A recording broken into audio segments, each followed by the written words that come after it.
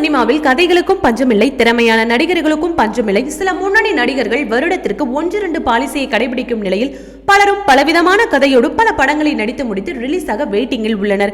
தனது நடிப்பு திறமைக்கு தேனி போடும் வகையிலும் சிறிது வாய்ப்பு கிடைத்தாலும் அதை பயன்படுத்தி உச்சாணி கொம்பை தொட்டுவிடும் ஏக்கத்திலும் பல படங்களில் கமிட் ஆகி கோலிவுட்டை கலைக்க கொண்டிருக்கிறார் விஜய் சேதுபதி. வருடத்திற்கு 10 படங்கள் ஆனாலும் துணிச்சலோடு ரிலீஸ் செய்வார். கோலிவுட் மற்றும் பாலிவுட்டில் வெற்றி கொடி நாட்டிய மாமன்னன் விஜய் சேதுபதியை மெஞ்சும் அளவுக்கு வெற்றி படமான சிவப்பு மஞ்சள் பச்சை படத்தின் மாமன் மைத்துனனாக வந்த சித்தார்த் மற்றும் ஜிவி பிரகாஷ் குமார் இருவரும் டஜன் கணக்கில் படம் வைத்துக் கொண்டு தமிழ் திரை உலகிற்கு டஃப் கொடுத்து வருகின்றனர். பாய்ஸ் படத்தின் மூலம் அறிமுகமான இவர் அதன் பிறகு கடந்த ஆண்டு பெயர் சொல்லும்படியாகவும் சித்தா படமும் அமைந்திருந்தது.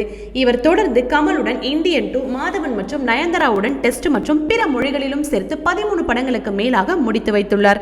அடுத்ததாக AR ரகுமானின் கலை உலக வாரிசான ஜிவி பிரகாஷ் அவர்கள் 2006இல் வெயில் படத்தின் மூலம் தமிழ் திரையுலகில் இசையமைப்பாளராக அறிமுகமாகி பாடகர், தயாரிப்பாளர் மற்றும் நடிகர் என அத்தனை அவதாரங்களையும் எடுத்து தமிழ் சினிமாவில் தவிர்க்க முடியாத கலைஞராக தன்னை நிலைநிறுத்திக் கொண்டுள்ளார்.